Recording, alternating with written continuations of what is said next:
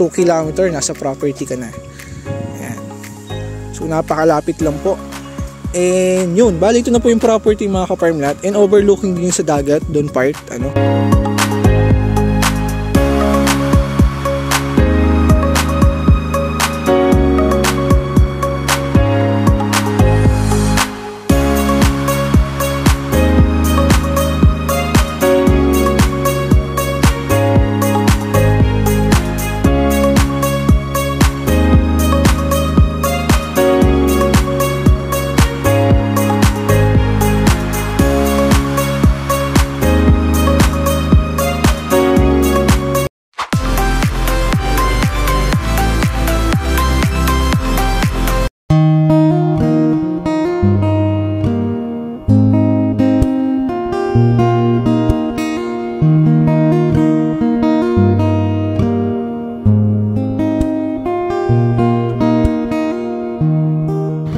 Hello mga ka-farm lahat, ayan, so new available property po tayo ngayon. Ang location po nito is Tagkawayan, Quezon. And yan, sa taas nyan mga ka-farm lahat, so naandyan lang po yung National Highway ano. And bali ito po ay bypass road going sa property. Ayan, so baybayin po natin yung daan nya. Ayan. Let's go.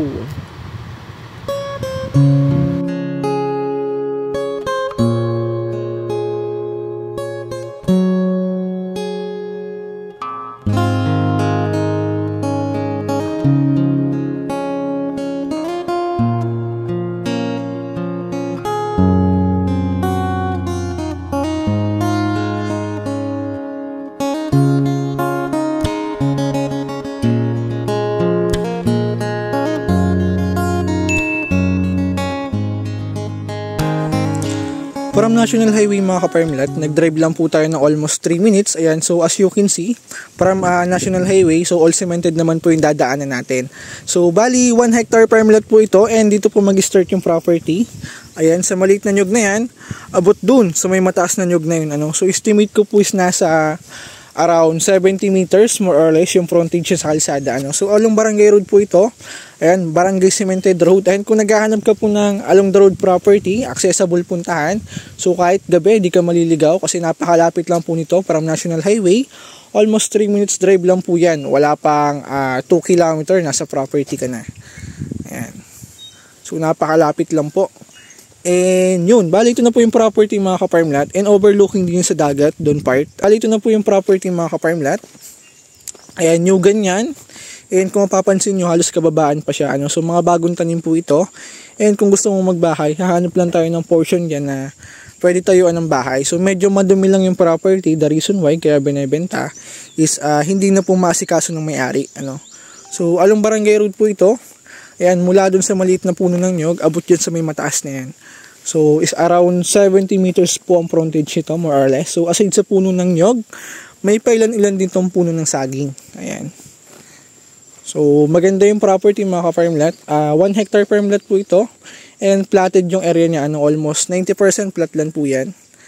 Ayan, so konting linis lang po ito. And yun, halos kitang-kita nyo naman po yung boundary niya. Hindi na natin pasukin hanggang dulo, ano. Kasi mula naman dito sa labas, makikita nyo naman yung hanggang likod ng property. So pantay naman po yan, and hindi lang natin mapasok kasi medyo madamo nga.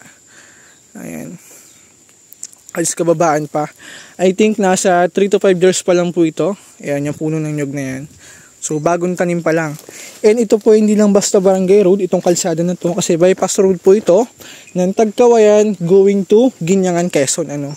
So kung plan mo pumunta ng Ginyangan, ayan, kung gusto mong maligo sa dagat, mag-beach, so sa Ginyangan, marami po dyan beach and ongoing resort, beach resort na i-develop na pwede natin puntahan ano, kung mahilig ka magdagat. Ayan, so marami tayong pwedeng puntahan. And dito naman, makikita nyo yung boundaries niya, ano, yung may maliliit na tanim na nyog. So sa po ng property, abot dito sa may puno ng nyog na to. Ayan. So napakaganda po nito mga ka-farm lot. And kung naghahanap ka ng retirement place, at the same time investment na rin, so tamang-tama po ito. For retirement plan, kasi yun nga, tayo naman is napunta sa pagtanda, hindi pa bata, kaya farm lot is yung pantay ano. Ayan, kung oldies ka na, ayan, tamang-tama po ito. And kung mahilig ka magtanim, At mag-alaga ng hayop, pwede. Yung mga boundaries po ng nyog, pwede natin taniman ng grafted fruit yan, ng kakao, santol, lansones, rambutan. So marami po tayong pwedeng gawin sa property, ano. Ayan. And sa kung investment naman, ayan, good idea po yan. Although may presyo yung property, pero ang price naman po ng property is papunta pa yan sa pagtaas, hindi sa pagbaba. Kaya hindi ka rin lugi, ano. So soon, kung gusto mong makabawi talaga, so pwede natin itong ibenta as subdivided lot. Pwede natin yung i-subdivide o lote-lote. So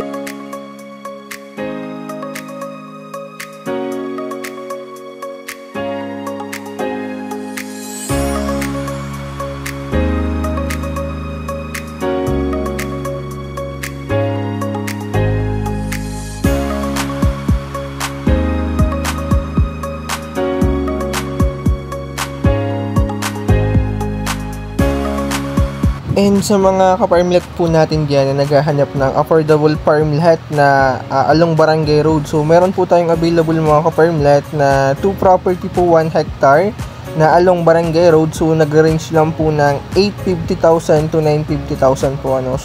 Panoorin nyo lang po hanggang dulo ng video. So nakalagay po dyan yung 2 property farmlet natin for sale na for only 850,000 at 950,000 mga ka-farmlet.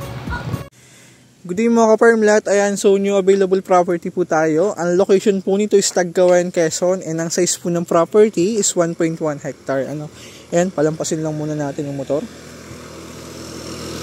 Ayan, so along Barangay Road to mga ka-farmlet. So sa ngayon lang, rough road pa, pero may mga portion naman po dyan na cemented na, ano. So ayan, bali dito po mag-start yung property. Ito yung muhon niya.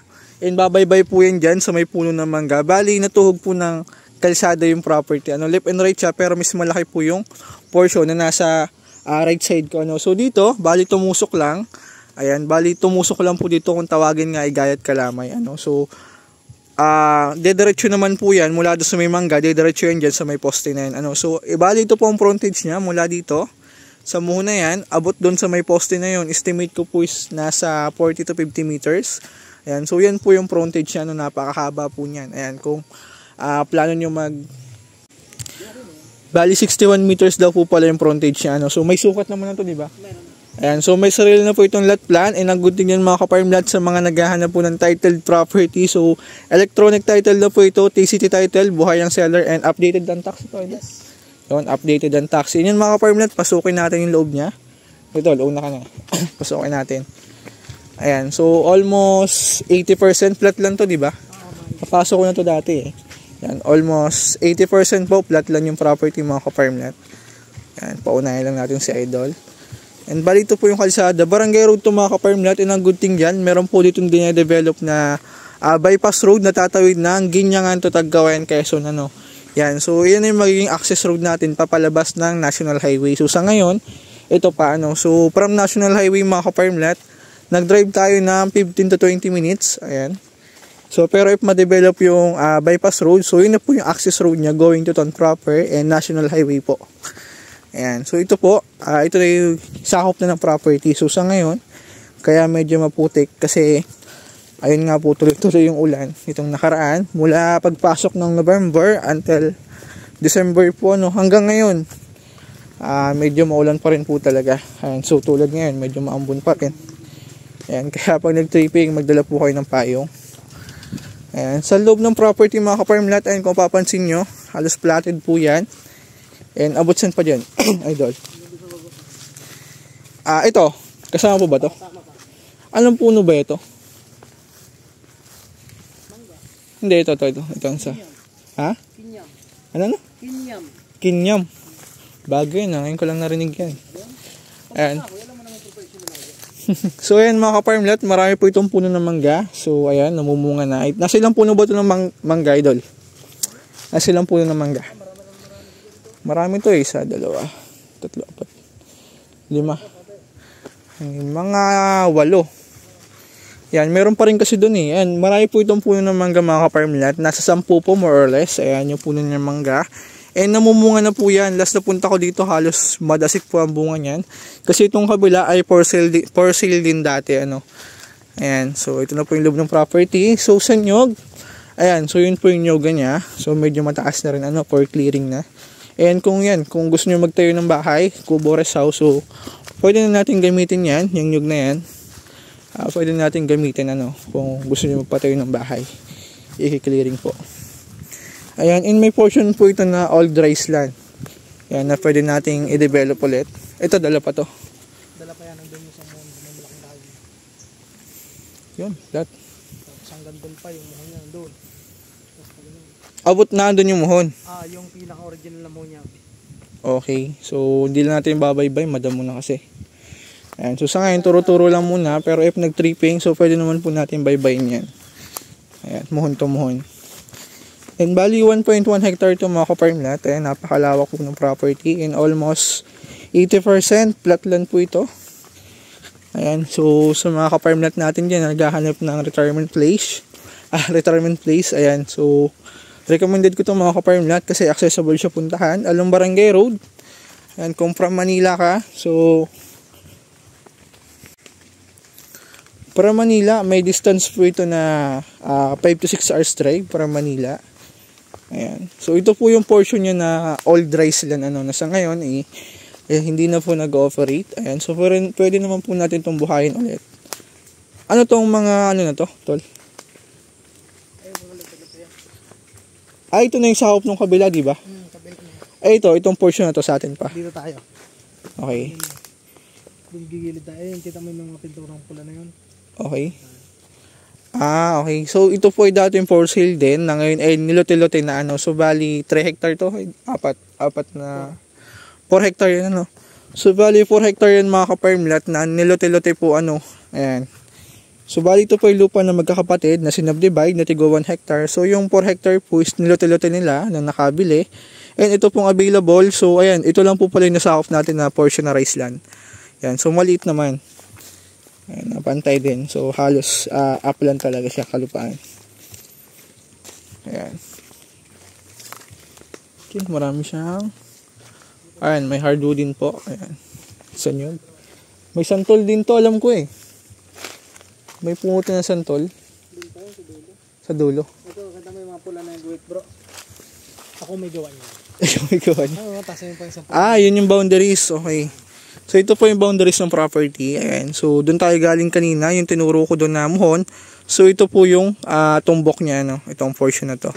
And yung kabila niyan, yun nga po, nabenta na and sinubdivide po nung nakabili. Ayan. So, ito lang naman po yung portion na nasakop niya na rice land. So, maliit lang. And sa ngayon po is, ayan, halos lupa na rin siya. Pwede mo nang tarikan ng bahay. Ayan.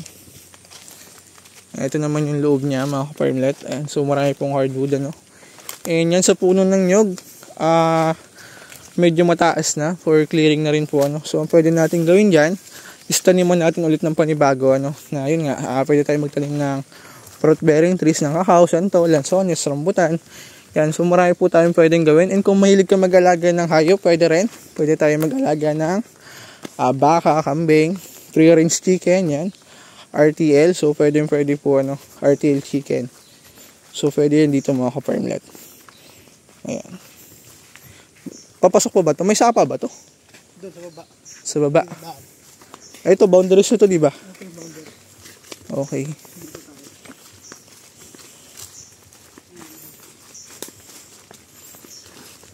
Pababa pa dyan. Maganda pala yung karatig dito. Sige, puntaan natin. Ngayon ko lang ito napasok kasi nung unang punta ko dito, sa bungad lang ako. Ganda, oh. Wow. Ito, maliit lang yung sapa niya. Pwede pagtayuan na gusto. Maliit lang yung sapa. Ay, sa unahan, may sapa dyan. Ganda, oh. Ito, hindi natin sakop. Ito. Hindi na. Itong portion na nilalakaran natin, sakop pa. Ayan. So, bali yun mga ka-farm lot. Itong portion na to, sakop natin to. Ayan na yung boundaries. Tapos ito, pag ganun. Ay, itong malawak na yan. Hindi yan natin inabot barangay tayo. Pag ganun. Okay. Sa loob tayo nito ka. Andi yung pamuhon, so may malaking kain na. Okay. So, ito po yung boundaries niya. Ito yung muhon. Ang katuwang naman nito mga ka-farm lot is yung starting ng video, papantayan dito papunta ron. And mula naman dito papunta ron. Ayan. So ito po yung kalawakan ng property. So hindi lang natin masyado ma-view kasi nga medyo masukal na rin ano. Ayan. O guhit kalamay. Gaya ng itsura niya. Okay. Ito maganda portion na to.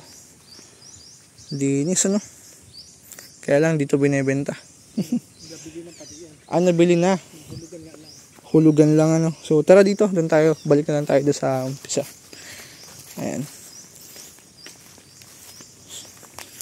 So yun mga ka-farm lot, kung interested ka, i-message lang po sa Viber, WhatsApp.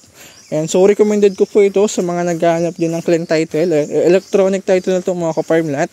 TCT title siya. Buhay seller, updated tax, and may sariling sukat na rin po. Ayan. Ito, may tubig dito. Yun. Sa kuryente naman mga ka-farm lot, Along Barangay Road naman po ito. So may poste ng kuryente dyan. Sa tubig naman po is deep well po. Yung recommended ko na pwede natin gawin. Ano? And accessible naman po ito puntahan kasi Along Barangay Road. And ulitin ko po, sa National Highway is may distance po ito na 15 to 20 minutes. And mga 20 minutes po possible. Pero if ever ma-develop itong bypass road na from Ginyangan going to Tagkawayan is mabilis na po yung travel time natin ano, going to town proper and National Highway po ng Tagkawayan, Quezon. Ayan. So ito yung loob ng property. Yun, mangga pa rin yan ha.